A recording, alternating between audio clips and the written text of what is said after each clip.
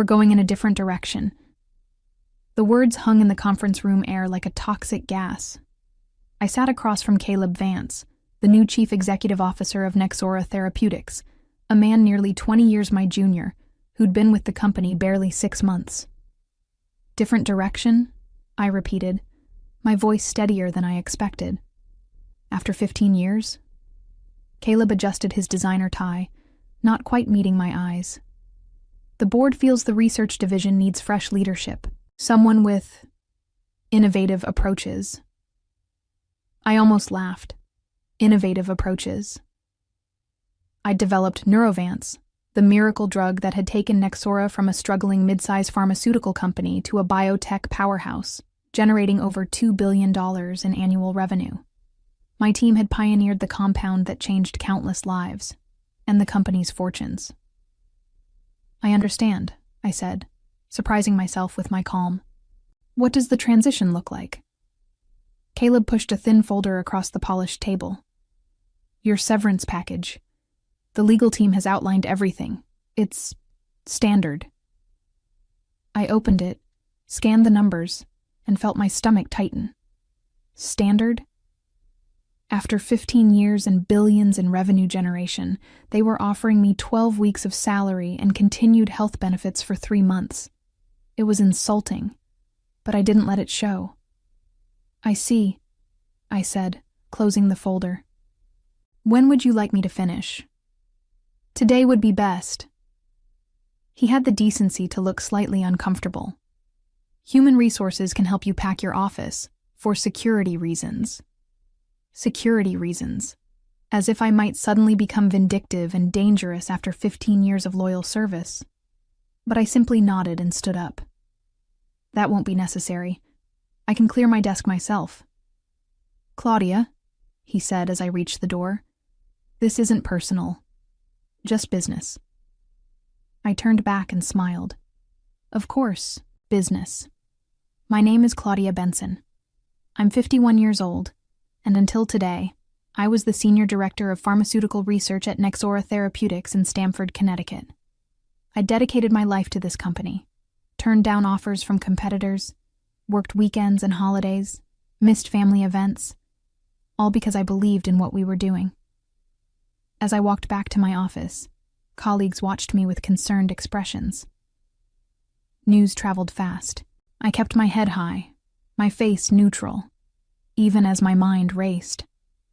15 years of innovation, of breakthroughs, of loyalty, ended in a 5-minute meeting. What Caleb Vance didn't know, what the board hadn't bothered to check, was that I had prepared for this possibility months ago. Because when you've been in the pharmaceutical industry as long as I have, you learn to anticipate side effects. It wasn't always like this at Nexora.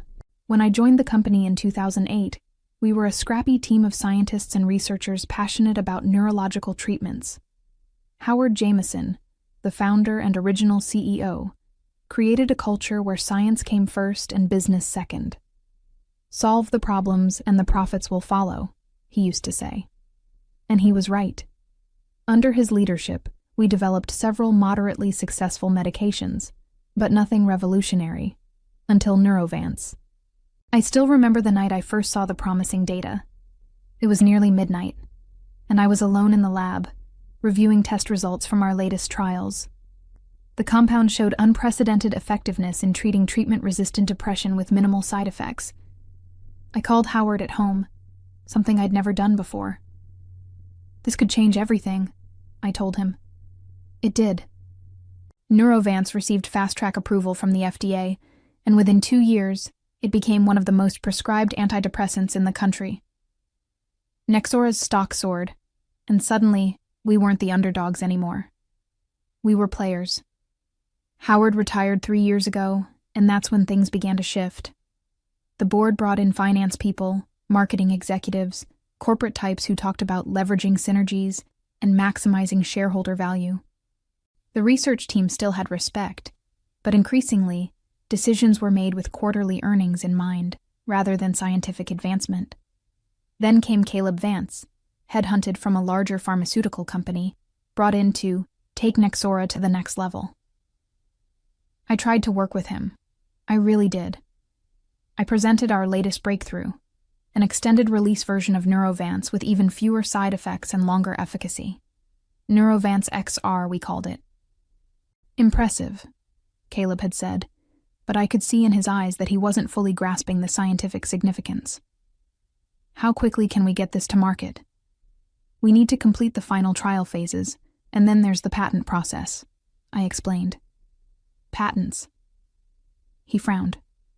Those take too long. Can we expedite? Our legal team has been deliberate, I said carefully. They've been sitting on my paperwork for months.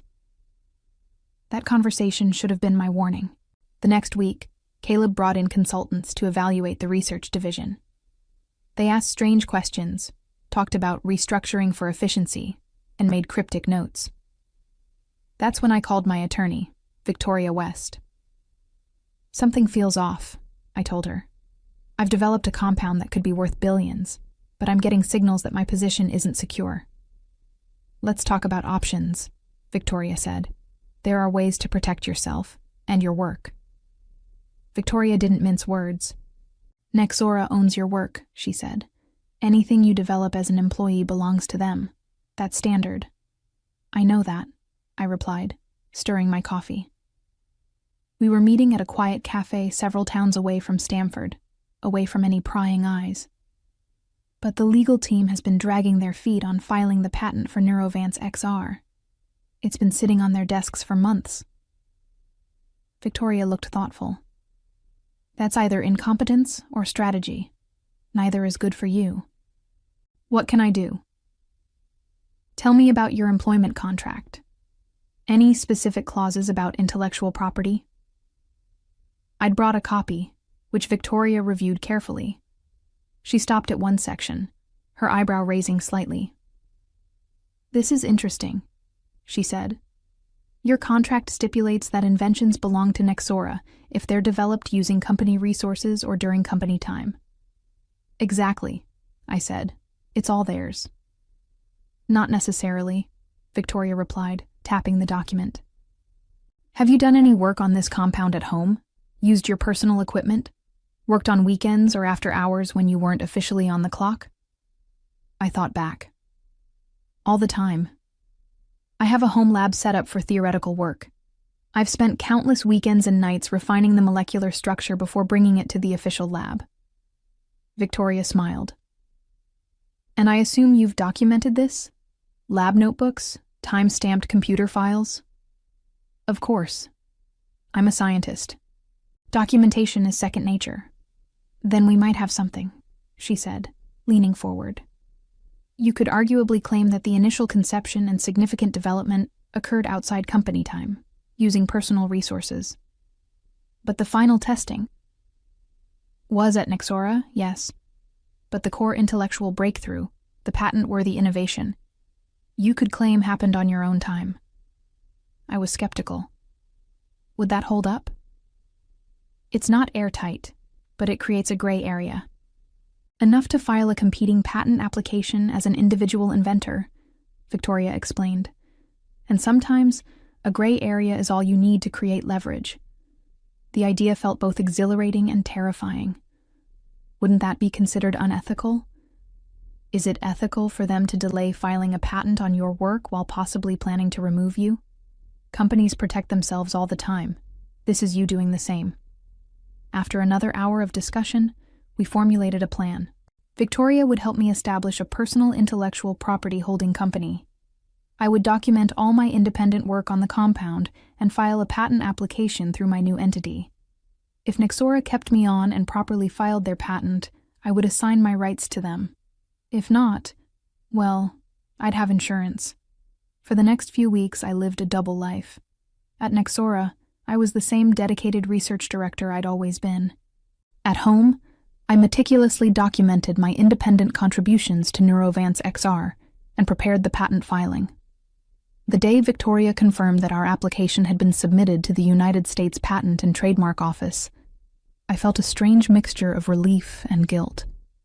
I told myself it was just protection, a safety net I would hopefully never need to use. 1 week later, I was called into that fateful meeting with Caleb Vance. I cleared out my office with methodical precision. Years of research, awards, and achievements reduced to 3 cardboard boxes. My team members came by, one by one, shocked and upset. "This is ridiculous," said James, my senior researcher. "Without you, there is no Nexora." "You'll be fine," I assured him, though I wasn't certain of that. "The science is solid. Just keep doing the work." "What about Neurovance XR?" he asked in a hushed voice. "It's your baby." I carefully placed my framed doctoral diploma in a box. "I'm sure Caleb has plans for it." As I carried the last box to my car, I passed Caleb showing someone around. My replacement, presumably. They were laughing. I nodded politely and continued walking. At home, I sat in my kitchen, staring at the boxes. 15 years. Gone. I allowed myself exactly 1 glass of wine and 30 minutes of self-pity before calling Victoria. "It happened," I said simply. "I'm sorry, Claudia," she replied. "What's the severance?" "Insulting." 12 weeks. Victoria made a disapproving sound. "Did you sign anything?" "Not yet. They want me to come in tomorrow to finalize." "Don't sign until I review it," she said firmly. "And don't mention the patent filing. The USPTO hasn't published it yet, so Nexora doesn't know." The next day, I met with Human Resources. The severance agreement included a comprehensive non-compete clause that would prevent me from working in neuropharmacology for 2 years. There was also language requiring me to assign any relevant intellectual property to Nexora. "I'd like to take this home and review it," I said pleasantly. The HR director frowned. "Mr. Vance was hoping to wrap this up today." "I'm sure he was," I replied, maintaining my smile. "But given my 15 years of service, I think a day to review is reasonable." I forwarded the document to Victoria, who called me within an hour. "This is even worse than I thought," she said. "They're trying to claim rights to anything you might develop in the future that's even tangentially related to your work at Nexora." "Can they do that?" "They can try, but we have options. Our patent filing gives us leverage." 3 days later, I returned to Nexora with a counteroffer prepared by Victoria. The HR director took it with visible surprise. "I'll have to show this to Mr. Vance," she said. "Of course," I replied. "I'm happy to wait." 20 minutes later, I was ushered into Caleb's office. He wasn't smiling now. "This is highly irregular," he said, waving my counteroffer. "You're asking for significantly more severance and retention of certain intellectual property rights." "I believe it's fair compensation for my contributions," I said calmly. Caleb leaned forward. "You developed Neurovance while employed here. Any derivatives or improvements belong to Nexora." "That's a complex legal question," I replied. "My contract has specific language about work done during company time using company resources." His eyes narrowed. "What are you implying?" "Nothing. Just that I've kept meticulous records of my work, when and where it was performed." Caleb's jaw tightened. "We can fight this, you know. Our legal team would spend more on litigation than the additional severance I'm requesting." I finished for him. "And that's assuming you win." After a tense silence, Caleb pushed my counteroffer aside. "I'll need to discuss this with the board. In the meantime, we're proceeding with our plans for Neurovance XR. The announcement goes out next week." I kept my expression neutral. "That sounds exciting." As I left Nexora for what I thought might be the last time, I felt strangely calm. The game was in motion.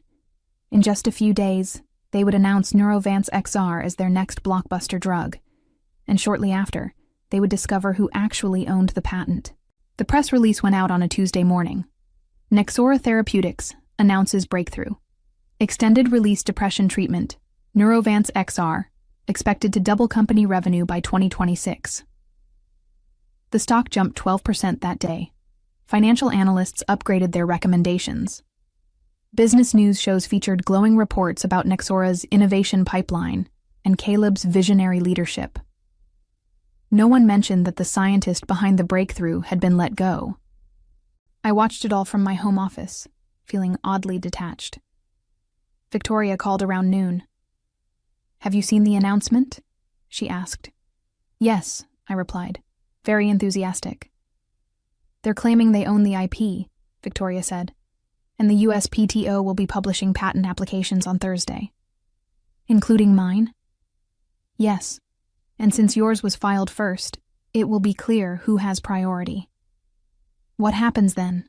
I asked, though we'd been over this scenario multiple times. "One of two things," Victoria explained patiently. "Either they realize the situation and approach us to negotiate, or they try to fight it and claim you stole company IP. Which do you think it will be?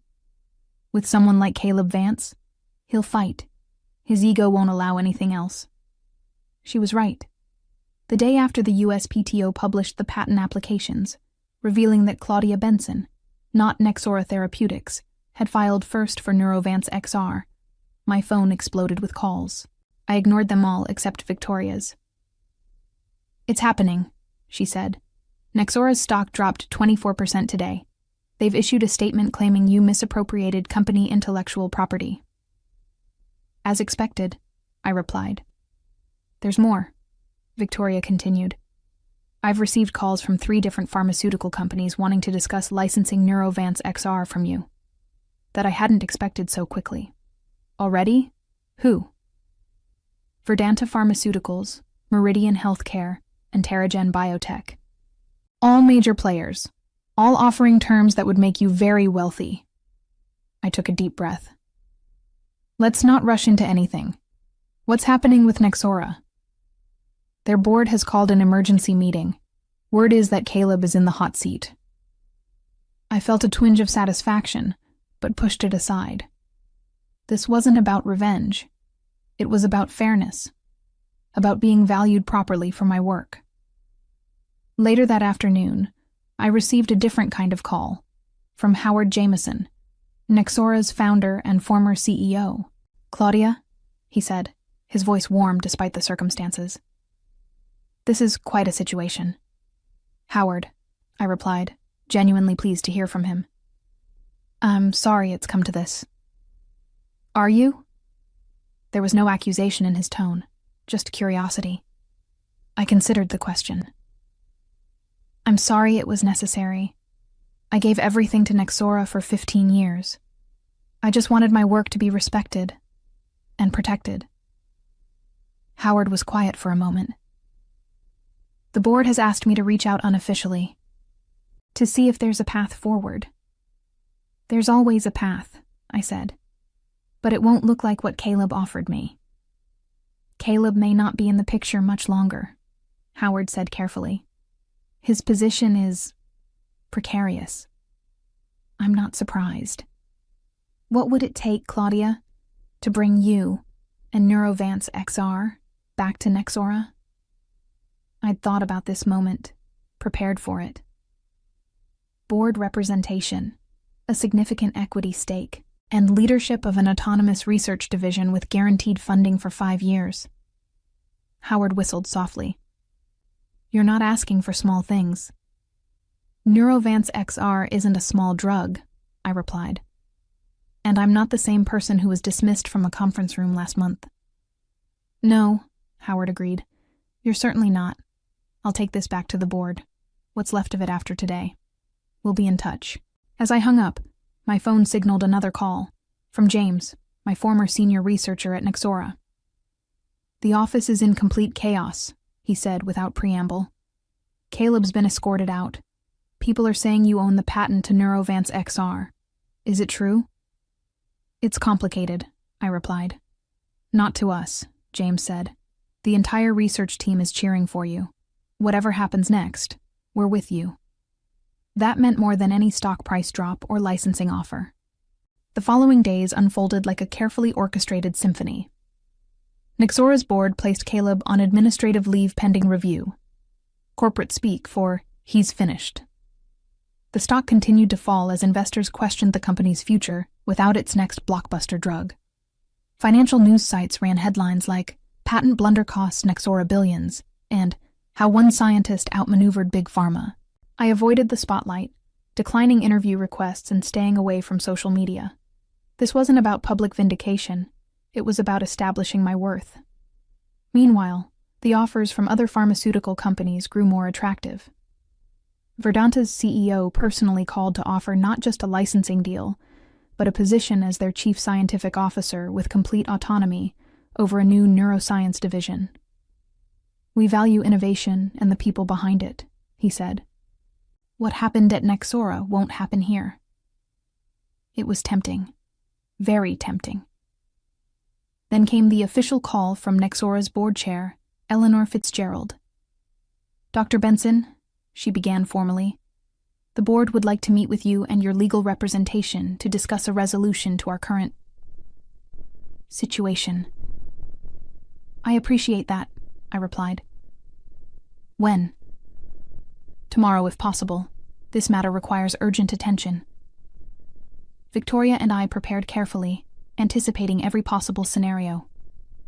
When we arrived at Nexora's headquarters the next morning, the atmosphere was noticeably different. Gone was the bravado, the dismissive attitude. Now there was deference, perhaps even a hint of fear. Eleanor led us into the boardroom where 8 people waited, the remaining board members and Howard Jameson, who had returned as interim CEO. "Dr. Benson," Eleanor began, "we find ourselves in an unprecedented situation. The board believes there's been a significant error in judgment regarding your departure and the handling of the Neurovance XR patent." I nodded, but remained silent. "We would like to propose a resolution that recognizes your contributions and secures Neurovance XR's future with Nexora." Victoria and I listened as they outlined their offer: reinstatement as Executive Vice President of Research and Development, a seat on the board, equity compensation, and a substantial signing bonus. In return, I would transfer the patent rights to Nexora. When they finished, I glanced at Victoria, who gave a subtle nod. "Your offer shows you now understand my value," I said. "But it doesn't address the fundamental issues that led us here. I need guarantees of research autonomy and protection from future changes in leadership perspective." What followed was 3 hours of intense negotiation. By the end, we had crafted an agreement that satisfied all parties. I would return to Nexora with expanded authority, a significant equity stake, and ironclad protections for my research team. The patent for Neurovance XR would be transferred to Nexora, but with favorable royalty terms for me personally. As we prepared to leave, Howard pulled me aside. "You outplayed us all, Claudia," he said with a mixture of admiration and regret. "I'm sorry it came to this." "I'm not," I replied honestly. "Sometimes we need to be reminded of our worth." I returned to Nexora the following Monday. As I walked through the research division, my team greeted me with genuine smiles and visible relief. James had organized a small welcome back gathering in the main lab. "We knew you'd find a way back," he said, handing me a coffee mug with "The Queen Returns" printed on it. I laughed. Not a queen, just a scientist who learned to value herself, and taught a few corporate types a valuable lesson in the process, James added. As I settled back into my office, a much larger one now with a view of the Long Island Sound, I reflected on the journey. I hadn't sought revenge, but I had found justice. And in the process, transformed not just my career, but potentially how researchers like me would be treated throughout the industry. Sometimes the most powerful response to disrespect isn't anger or vengeance. It's simply claiming your true value and letting the consequences unfold naturally. 1 year later, Nexora Therapeutics held a launch party for Neurovance XR, which had received FDA approval in record time. The grand ballroom of the Stamford Plaza Hotel was filled with executives, scientists, investors, and medical professionals, all celebrating what analysts were already calling the pharmaceutical success story of the decade. I stood on the small stage, having just delivered remarks about the scientific journey behind the drug. The applause was genuine and sustained. As I stepped away from the podium, Howard, now permanently reinstated as CEO, took my place. "Ladies and gentlemen," he said, "none of this would have been possible without Dr. Claudia Benson. Her scientific brilliance created Neurovance, and her, let's call it strategic foresight, ensured that Neurovance XR would transform millions of lives while keeping Nexora at the forefront of neurological treatment." The crowd laughed knowingly. The story of my patent maneuver had become something of a legend in pharmaceutical circles, a cautionary tale for executives and an inspiration for researchers. Howard continued, "The board has unanimously voted to create the Benson Neuroscience Institute, a new division within Nexora dedicated to groundbreaking research, with complete scientific autonomy and guaranteed funding for the next decade." This announcement was met with even more enthusiastic applause. I hadn't known about this. It went beyond our negotiated agreement.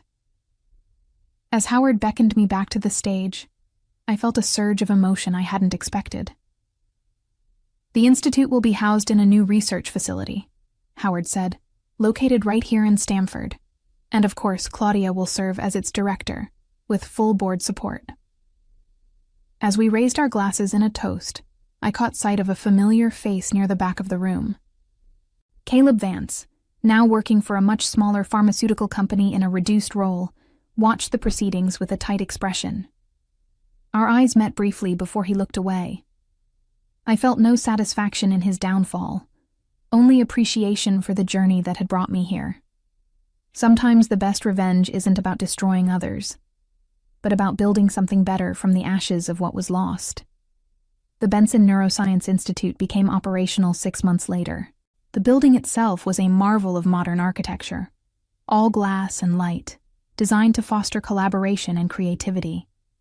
My team had expanded from 12 researchers to 40, with the brightest minds in neuropharmacology eager to join what industry publications were calling the most innovative research environment in biotech. On opening day, Eleanor Fitzgerald joined me for a tour of the facilities. "You've created something remarkable here, Claudia," she said as we walked through the main laboratory. "Something that will outlast all of us." "We created it," I corrected her. "It took losing everything to make this possible." Eleanor nodded thoughtfully. "The board has learned its lesson. Value isn't just in quarterly reports and stock prices. It's in the people who do the actual work." "I hope that lesson sticks," I said. "It will." Eleanor smiled. "Especially since you now own enough Nexora stock to make sure of it." That was true. My equity stake, negotiated during my return, had grown substantially as Neurovance XR exceeded even the most optimistic projections. I was now one of the largest individual shareholders, with influence that extended far beyond my scientific role. The pharmaceutical industry had taken notice. In the past year, several major companies had revised their policies regarding researcher recognition and compensation. 2 had even appointed scientists to their boards. The message was clear: talent needed to be respected, not just employed. As for Caleb Vance, I heard he'd left the industry entirely. According to James, who maintained an extensive network of industry contacts, Caleb had tried to position himself as the victim of circumstances at Nexora, but his reputation never recovered. Going in a different direction had indeed been the right move, just not in the way he had intended. The direction was mine to determine now, guided by science and innovation rather than ego and short-term thinking. The future held possibilities I couldn't have imagined during those dark days after my dismissal. The irony wasn't lost on me that losing my position had ultimately led to gaining more control than I ever thought possible. The patent that had seemed like a desperate insurance policy became the cornerstone of a transformed career and company. Looking back on my journey from dismissed researcher to institute director and board member, I realized that the most effective revenge isn't found in destruction, but in building something so undeniably valuable that those who discarded you must acknowledge their mistake.